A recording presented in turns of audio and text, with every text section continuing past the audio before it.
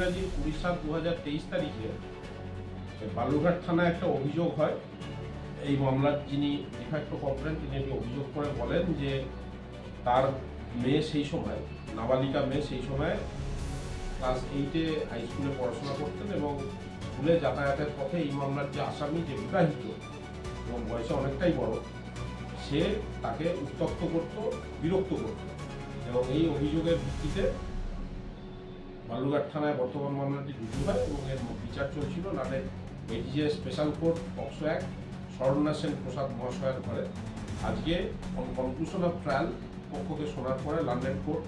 আসামিকে 341 আইপিসি ধারায় দোষী সাব্যস্ত করে এবং অন পয়েন্ট অফ সেন্টেন্স দুপক্ষকে শোনার পরে আসামিকে 15 দিনের বিনাশ্রম কারাদণ্ড, 200 টাকা ফাইন ও অনাদায় আরও 10 দিনের বিনাশ্রম কারাদণ্ডের আদেশ দিয়েছে। এই মামলায়